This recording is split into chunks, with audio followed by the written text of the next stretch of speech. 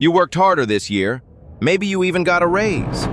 So why does it feel like you're falling behind? The paycheck is bigger. The grocery bill is bigger. Your savings don't move. Most people blame the store. Some blame their boss. Some blame themselves. But hidden behind every paycheck and every receipt, there's a machine almost nobody talks about. A machine that quietly moves money out of millions of ordinary pockets without ever asking permission. And the strangest part? You're already paying for it, even if you've never borrowed $1 in your life. Today, we open that machine, and once you see it, you can't unsee it. When people hear about America's national debt, they stare at one number: $38 trillion. It's so big it stops meaning anything. So ignore it. Look at the monthly bill instead, because just like a house, what breaks you is never the price tag. It's the payment. The United States now spends over $1 trillion a year on interest alone.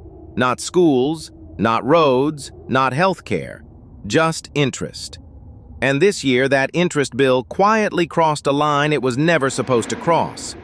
America now pays more to service its old debt than it spends on its entire military. The most expensive army in human history is the cheaper line item. But even that's not the dangerous part. The dangerous part is the engine underneath. Here's how the engine feeds itself. The government spends more than it collects, so it borrows. The borrowing adds interest. The interest lands in next year's budget, which still doesn't balance. So it borrows again, round and round. And here's the detail almost nobody mentions. This debt isn't locked in like your mortgage. About a third of it has to be refinanced within the next 12 months. Imagine if every few months your bank called and said, "Your old rate is gone. Here's your new one." Now imagine that happening to the largest borrower on earth, rolling old cheap debt into new expensive debt over and over. That's not a crisis. That's a treadmill. It doesn't need a crash to hurt you. It only needs time. For decades, none of this mattered, because someone was always there to buy. Let me introduce you to a man named Kenji.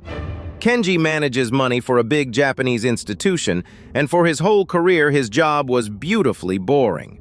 Money came in. He parked it in US treasuries, the safest asset on earth. Not because he loved America, because Japan kept interest rates near zero for a generation, and there was nothing to earn at home. Kenji, and thousands like him, became the invisible floor under America's debt, so reliable that nobody even noticed. You don't thank the floor for holding you up. Then Japan finally ended its era of free money and raised rates to the highest level in decades. Suddenly, Kenji could earn a safe return at home, in his own currency, no hassle. So he didn't panic. He didn't dump anything. He just bought a little less. Let old bonds mature. Quietly didn't replace them. One Kenji means nothing. A whole generation of Kenjis, all leaning the same way at once. That changes everything. Right when America needs to sell more debt than ever, its most patient buyer is politely stepping back from the table. And here's the twist almost nobody reports. It's not just that the patient money is leaving, it's who replaced it. A few years ago, the biggest foreign holders of US debt were governments and central banks. Slow, boring, built to hold through bad headlines. The shock absorbers of the system. Today, the single largest foreign holder is a cluster of hedge funds running about $1.4 trillion through the Cayman Islands. In the last stretch, they soaked up over a third of all the new debt America sold. Governments hold for 30 years. Hedge funds reposition before lunch. Imagine replacing the foundation of a skyscraper with wheels. The building still stands until something shakes. The floor didn't disappear, it got nervous. And nervous markets all ask the same question at the same time. What if I'm the last one holding this? So what does a nervous bond market have to do with you? Follow the chain. It's shorter than you think. Fewer buyers means bond prices fall. When bond prices fall, yields rise. Simple seesaw. And your mortgage isn't priced by the Federal Reserve, it's built on top of the 10-year Treasury yield. Banks take that number and stack their cut on top. Mortgages, car loans, business loans, credit cards, everything sits on that same foundation. So when America's borrowing costs rise, yours rise with them, on a random Tuesday, for no reason you could ever see from your kitchen table. This is already happening. In May 2025, Moody's, the last major rating agency still giving America a perfect credit score, took it away. The floor is being repriced in real time. Now, this is where someone usually tells you to buy gold and canned beans. So let me argue the other side as hard as I can, because it's genuinely strong.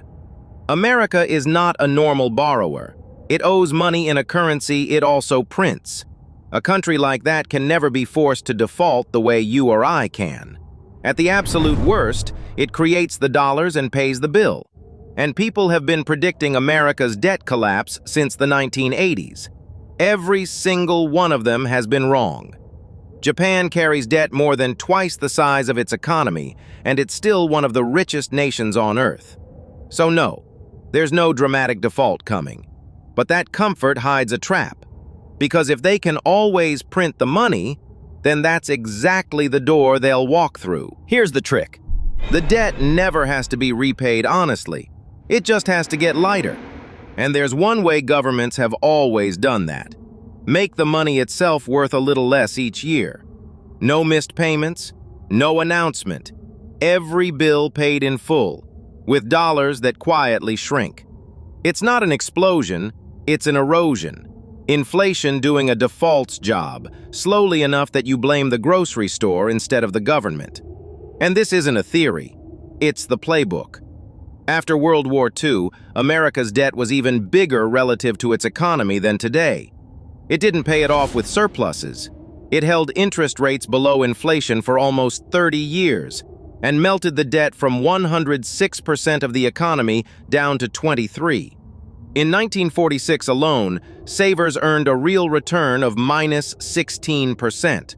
The debt got paid, all right, out of your grandparents' savings accounts, in slow motion, without a single vote. Economists gave it a deliberately boring name: financial repression. Nobody has ever marched in the street against a phrase that boring. That's the point. So where does that leave you? In 2025 alone, Washington passed a law extending tax cuts that adds trillions more to the pile and raised the debt ceiling to $41 trillion. Not because the debt got smaller, because the limit couldn't hold it anymore. And when markets tightened at the end of the year, the Federal Reserve quietly stopped shrinking its balance sheet and started buying again. Emergency tools, invented for rare disasters, have become furniture. When you use the emergency exit every day, it stops being an exit. It's just the hallway. Now think back to that raise, the one that vanished at the grocery store. Your paycheck really did get bigger. But if rent, insurance, groceries, and borrowing all rise faster, your purchasing power still falls. That gap between earning more and affording less is the interest payment on a debt you never signed. You are the repayment plan. You just never got a vote. So no, don't panic and don't buy the bunker. But stop watching the wrong number. The size of the debt makes headlines. The cost of it changes lives. Through thousands of tiny losses you were trained to blame on everything except the machine. You can't control Washington. You can control which side of the erosion you sit on. Own things that rise with inflation instead of only cash. Lock in fixed rates while you can. And stop mistaking a bigger paycheck for more money. So tell me, which one hits you hardest right now? 1. Groceries. 2. Rent or mortgage. 3. Your raise that disappeared. Drop the number below. I read every single one.